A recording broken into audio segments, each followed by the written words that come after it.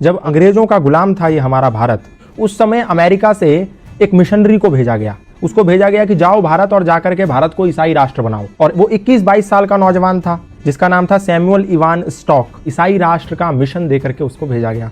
वो भारत आया, भारत में शिमला गया, वहां पर उसने एक तरफ से लोगों को ईसाई बनाना प्रारंभ कर दिया। जब धीरे धीरे काम चलने लगा तो अचानक से हिमाचल में प्लेग की बीमारी फैल गई। जैसे आज कोरोना की बीमारी फैल गई, ठीक उसी प्रकार प्लेग की बीमारी भी छुआछूत की बीमारी थी। लोग अपने परिजनों को छोड़ छोड़ करके भागने लगे। जैसे घर में किसी को प्लेग हो गया तो घर में छोड़ करके चले गए। तो ऐसे ही जब देखा सैमुअल इवान स्टॉक ने कि जब ऐसी परिस्थिति पैदा हो गई कि लोग अपने परिजनों को छोड़ छोड़ करके भागने लगे, उस समय वहां पर एक समाज सेवी थे जिनका नाम था पंडित रूलियाराम।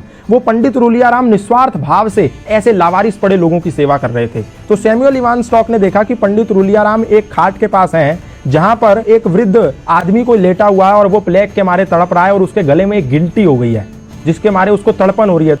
तो पंडित रूलियाराम ने क्या करा, एक कपड़ा लिया, उसकी गर्दन पे रखा और मुंह से उस गिल्टी को निकाल करके उसकी पीड़ा को खत्म कर दिया। उसका मवाद मुंह से निकाला। और जब इस दृश्य को सैमुअल इवान स्टॉक नाम के मिशनरी ने देखा, उसने कहा ये तो सेवा की अत्यंत पराकाष्ठा है, सेवा की उत्कृष्टता है। मैं जो सेवा के नाम पर लोगों को ईसाई बना रहा हूं, ये तो फरेब है, ये तो धोखा है, ये तो फ्रॉडगिरी है, ये तो षड्यंत्र है और ये तो निस्वार्थ सेवा है जहां इनको कुछ नहीं मिलना, ये मर भी सकते हैं, छूने पे लोग मर जा रहे हैं और ये उनकी ऐसी सेवा कर रहा है। उस समय सैमुअल इवान स्टॉक का हृदय परिवर्तन हो गया। तो उनने पंडित रूलियाराम से कहा, सैमुअल इवान स्टॉक ने, कि ये क्या सिद्धांत है, कौन से ऐसे सिद्धांत हैं जिसके चलते आपके अंदर इतनी तन्मयता, इतनी तल्लीनता है लोगों की समाज की सेवा के प्रति। तो पंडित रूलियाराम ने कहा, ये सनातन धर्म के सार्वभौमिक सिद्धांत हैं जो हमें मानवतावाद का उपदेश देते हैं और मैं वही कर रहा हूं।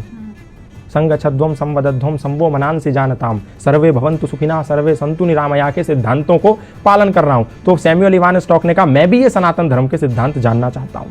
तो सैमुअल इवान स्टॉक को पंडित रूलियाराम ने सत्यार्थ प्रकाश दिया, द लाइट ऑफ ट्रुथ नाम की एक पुस्तक दी। बोला तुम ये पढ़ो और तुम्हें सनातन धर्म का पूरा सारांश पता चल जाएगा कि सनातन है क्या। सैमुअल इवान स्टॉक ने उस पुस्तक का अध्ययन किया। अध्ययन करने के बाद ऐसा हृदय परिवर्तन हो गया कि आया तो था वो भारत को ईसाई राष्ट्र बनाने, वो भारत को आजाद कराने की लड़ाई में कूद पड़ा। और जब वो लड़ाई में कूद पड़ा तो अंग्रेजों ने उसको जेल में बंद कर दिया। जेल में बंद कर दिया तो उसकी मुलाकात लाला लाजपत राय से हुई। जेल से निकल के आने के बाद उसने पंडित रूलियाराम से मिला और बोला कि मैं अब सनातन धर्मी बनना चाहता हूं और मैं अपना नाम भी, क्योंकि आपने जो मुझे सत्यार्थ प्रकाश दी थी, द लाइट ऑफ ट्रुथ, उसको पढ़ने के बाद मेरा हृदय सनातन की और श्रद्धा से भर गया है। तो मैं नाम भी अपना उसी सत्यार्थ प्रकाश से अभिप्रेरित होकर रखना चाहता हूं। अपना नाम सत्यानंद रखना चाहता हूं। और वो व्यक्ति सत्यानंद आर्य सन्यासी बन गया और भारत में रहकर के मृत्यु पर्यंत सनातन धर्म का प्रचार करता रहा। आप सोच के देखिए कि एक व्यक्ति जिसको भारत को ईसाई मुल्क बनाने के लिए भेजा गया था, लोगों के साथ छल कपट करके, वो व्यक्ति सनातन धर्म का प्रचारक बन गया। उसने अपनी पत्नी को भी सनातन का प्रचारक बना दिया। अपने घर के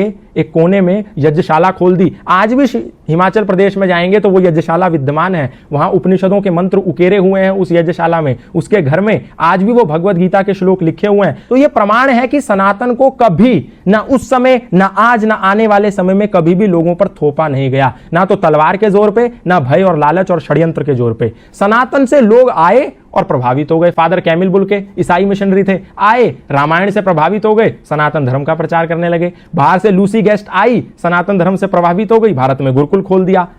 स्टैनफोर्ड की एक महिला आई, भारत में आके गंगा के पास बैठी, साध्वी भगवती सरस्वती बन गई। एक व्यक्ति स्विट्जरलैंड से पैदल भारत आ गया, 4 साल 18 मुल्क पैदा करते हुए। कोई गया था उसके कंधे पर बंदूक रखने और उसका नाम हो गया बैन बाबा। ऐसे बहुत सारे उदाहरण है, मैं बताऊंगा तो समय कम पड़ जाएगा। सनातन को कभी भी किसी पर थोपा नहीं गया। लोग आए, खुद बन गए। मौलाना महबूब अली खुद पंडित महेंद्र पाल आर्य बन गए। खूब सारे मौलाना, मतलब इमाम मस्जिद के, खुद सनातन धर्मी बन गए। हमने किसी को जोर नहीं दिया, किसी को जबरदस्ती नहीं करी, लोग आए और बन गए। तो इसमें हमारी क्या गलती है?